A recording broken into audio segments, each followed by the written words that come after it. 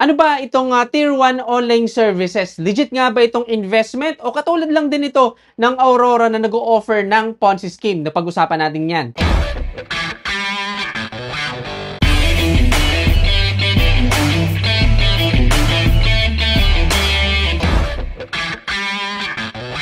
Base sa claim ng platform nito, ang Tier 1 ay #1 trading platform daw na trusted at pang long term na isa daw legit na passive income investment. Ang tanong, totoo nga ba ito? Totoo nga ba na trusted at pang long term ang platform na ito? Totoo nga ba na legit ang Tier 1? Bago natin masagot yan, pag-usapan muna natin kung paano ba kumikita ang mga tao dito sa loob ng Tier 1 at ano yung source of income ng Tier 1 para makapagbigay sila ng consistent profit sa mga investor nila. So ito ang website ng Tier 1. Mayroong ino-offer na dalawang plan ang Tier 1. Una ay yung trial plan kung saan pwede kang kumita ng 20% sa loob ng 6 na araw. Pangalawa ay sa pamagitan ng Tier 1 plan kung saan kikita ka naman ng 50% profit sa loob ng 12 days. Hindi lang yan dahil pwede ka rin kumita sa pamagitan ng pag-recruit ng mga tao kung saan kikita ka ng 10% commission sa invest at sa reinvest ng mga recruit mo. At maliban dito, pwede ka rin kumita ng 2% sa second level,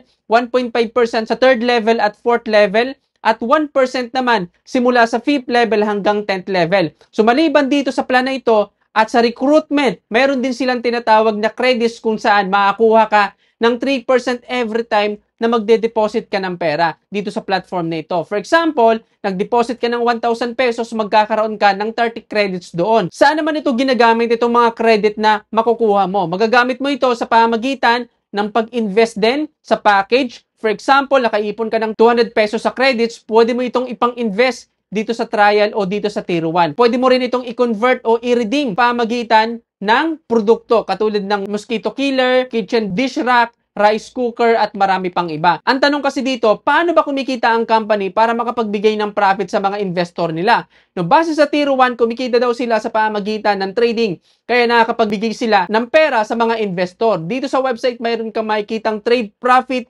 Ito daw yung proof ng company na totoong kumikita daw sila sa trading. Ang tanong, totoo nga ba talagang kumikita sila sa trading? Totoo nga ba itong proof na ito? Totoo nga ba na kumikita ang company ng ganito kalaking pera sa trading katulad ng Aurora? Ang sagot po ay hindi. No, base sa pagsiyasat ko sa platform nito, masasabi ko na ang Tier 1 online services ay isang Ponzi scheme. Lahat ng pagkakakitaan dito katulad ng plan, recruitment at credits ay hindi galing sa trading kundi galing lang sa pinapasok mong pera at sa pinapasok na pera ng mga bagong investor. Wala akong nakitang kahit anong proof para masabi na ito ay isang trusted na platform, hindi rin ito pang long term at hindi rin ito isang legit na passive income investment. Sa katunayan, ang Tier 1 ay katulad lang rin ng Aurora at kung familiar ka sa Netflix, isa din ito sa mga na-review ko dito sa YouTube channel ko. Masasabi ko na ang Tier 1, Netflix at Aurora ay hindi nagkakaiba. Ibig sabihin, itong mga platform nito kasama ang Tier 1 ay isang Ponzi scheme na nakatago sa isang trading. Ngayon, pag-usapan natin yung mga red flag kung bakit ko nasabi na ang Tier 1 ay hindi legit na platform at isang Ponzi scheme na nakatago sa isang trading. Unang red flag ay yung fake trading.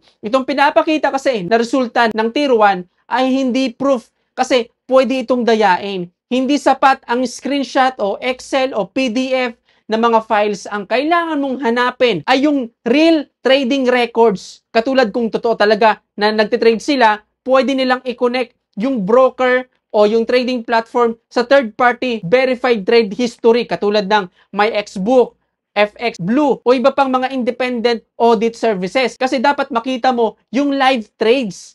Hindi demo account at hindi itong screenshot. Kailangan mo ng live trades para makita mo yung gain at loss per trade.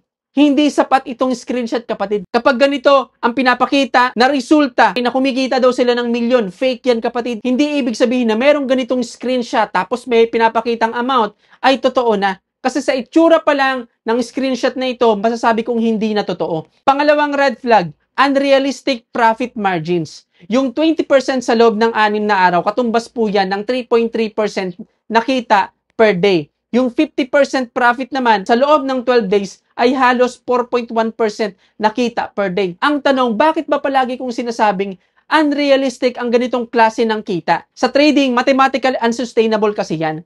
Kung kukumpitin natin ito sa compounding effect, kung 20% ang profit mo every 6 days sa isang buwan, yung 10,000 pesos mo, magiging 24,883 yan. So, nandyan na yun sa screen mo, kinumpute ko na para sa'yo. Sa isang taon, mahigit 304 million pesos na yung kita mo na hindi ka nagtatrade, nag-i-invest ka lang sa kumpanya na nagtitrade para sa'yo. Ngayon, kung totoo na ganito talaga kumikita sa trading, ibig sabihin, sa loob ng 1 o 2 taon, hindi na kailangan magtrabaho ng lahat ng tao. Basta mag-i-invest lang sila dito. Nagets ba? Bakit imposible? Bakit mathematical unsustainable? Kasi lalagpas na ito sa kabuuang kapital ng buong market na nagtitrade sa trading. Isang tao pa lang yan na nag-invest ng 10,000 pesos. So imagine na sabihin natin na lahat ng tao na nag-invest ng 10,000 pesos at lahat yon kikita ng 304 million pesos sa isang taon. Mahirap paniwalaan yun, kapatid. Kasi ang market, hindi naman yan puro pataas. Hindi naman yan puro pababa lang. Madalas walang galaw yung market. So, impossible na yung ganitong klase ng plan sa trading, nakikita ka ng fixed percentage sa ilang araw lang, kikita ka na, napaka-imposible yan, kapatid, sa trading. Pangatlong red flag, dahil mathematical unsustainable at imposible ang ganitong klase ng earning percentage sa trading, saan ang gagaling ang perang kinikita ng bawat isa? Sa pera lang ng mga bagong pasok ng mga investor. Yung ganitong klase ng pagkakitaan, tapos hahaluan pa ng multi-level marketing, hindi yan sustainable. Tumatagal lang yung platform na may ganitong structure dahil mas malaki pa yung pumapasok kaysa sa nagre-request o nagwi-withdraw ng pera. Kasi madalas, nababasa ko dito sa comment section sa YouTube channel ko na katulad ng ganitong structure, kumikita daw sila kapag nagsara naman yung platform, tahimik naman yung mga nagsasabing kumikita sila. Ganito kasi yan, kapag ang isang bagay na hindi mo pa hawak o hindi mo pa control, hindi mo pa pagmamayari yan. Katulad, sinabi mo na kumikita ka araw-araw, good yun kung nakapag-withdraw ka araw-araw. Ibig sabihin, nakukuha mo, nahahawakan mo, nakokontrol mo na yung pera mo kasi nasa iyo na. Pero kung sinasabi mo lang na kumikita ka kasi nakikita mo yung platform na lumalaki ang pera mo, hindi pa kita yan. Bakit? Hindi mo pa hawak, hindi mo pa control yung sinasabi mong kinikita mo. Ngayon, kung bakit kumikita ka dyan, ay dahil meron pang mga pumapasok na pera galing sa mga bagong investor. Kasi kung wala nang pumapasok na mga bagong investor, mas kakaunti na yung pumapasok na mga bagong investor naglalagay na pera kaysa sa nagre-request, hindi ka na rin makakapag-withdraw. Bakit? Uulitin ko, dahil yung perang kinikita mo dyan ay galing lang sa mga bagong investor, hindi talaga galing sa trading. So, hindi papayag ang mga scammer na ito na mas madami ang makapag-withdraw kaysa sa pumasok na pera. Sa madaling salita, hindi sustainable ang ganitong klase ng pagkakitaan. Kung pag-uusapan natin yung claim ng Tier 1 at yung realidad na nangyayari sa trading, hindi nagmamatch . Sinasabi kasi ng Tier 1 na kumikita sila ng trading para makapagbigay ng profit sa mga investor. Sa realidad kasi, kung totoong may ganitong klase ng consistent na trading system, kung totoo na kumikita sila ng malaki sa trading, na mayroong guaranteed na 20% to 50% sa ilang araw lang, nakukuha nila yon sa trading, bakit pa kailangan nila ng investor? Hindi na nila kailangan magsulisit ng pera sa mga tao. Sapat na yung sistema nila para yumaman. Kung totoo talaga yun, just imagine, kung ikaw yung may-ari ng Tier 1, no, common sense na lang, kumikita ka ng 20% ng investment sa loob ng 6 na araw, kumikita ka ng 15 million pesos, kailangan mo pa ba magsulisit ng investment sa mga tao? Hindi mo na kailangan yun, kapatid. Lahat na nagsasabi na kumikita sila ng milyon sa trading pero nagsusulisit ng investment sa mga tao, hindi talaga sila kumikita sa trading. Okay, saan sila kumikita? Kumikita sila dahil meron pumapasok na pera sa platform. Dahil nagbibigay ka ng pera sa kanila, doon sila kumikita, hindi sa trading. So dito sa sistema ng buong Tier 1, yung absence pa lang ng market risk, wala na si Tier 1, ibig sabihin, walang risk na sinasabi na guaranteed kikita ka. Malaking sign yan ng isang Ponzi scheme. Na para sa akin, na ang Tier 1 ay isang Ponzi scheme na nakatago sa trading katulad ng Aurora. Bakit? Una, dahil unrealistic yung profit. Pangalawa, may garantisadong kita na imposible sa trading.